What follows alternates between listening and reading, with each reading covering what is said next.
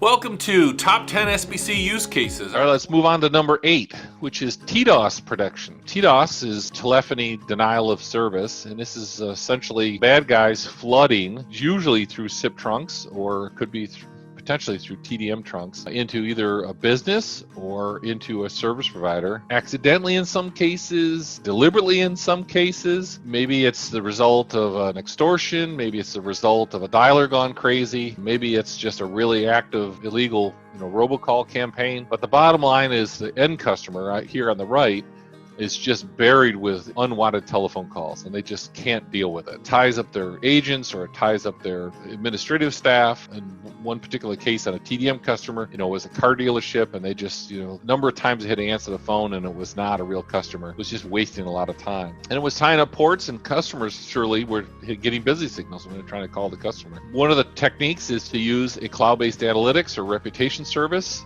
where ProSBC receives a call and then forwards the invite over to the analytics platform. The analytics platform, based on the reputation and some analytics, makes a decision as to whether or not this is a good call, a bad call, or a suspicious call, and then we can redirect the call, ditch the call, redirect it off to maybe an authentication service or voicemail, or we can send it actually through to the end customer. So it's a way of screening out at least the worst of the worst. And we got a service provider customer, it's a Canadian TSP that came to us suffering from their end customers. Their subscribers were dealing with a lot of illegal and fraudulent robocalls. A lot of them had malformed telephone numbers, and they were looking for a way to get rid of these calls quickly and easy and make very inexpensive for them. So we worked with them, and Transnexus again in their analytics platform, where their SIP traffic that came off their wholesale network would go into our ProSBC. The ProSBC sends it over to the ClearIP. ClearIP then gives us a response as to whether, again, either keep, ditch, or screen the call. And with just this simple method, we're able to drop this in relatively quickly. I think we did it in about a week's time. We're able to get 90% reduction in bad calls at the subscriber, which was a huge win for this regional service provider up in Canada. It did 90% of the job with very little work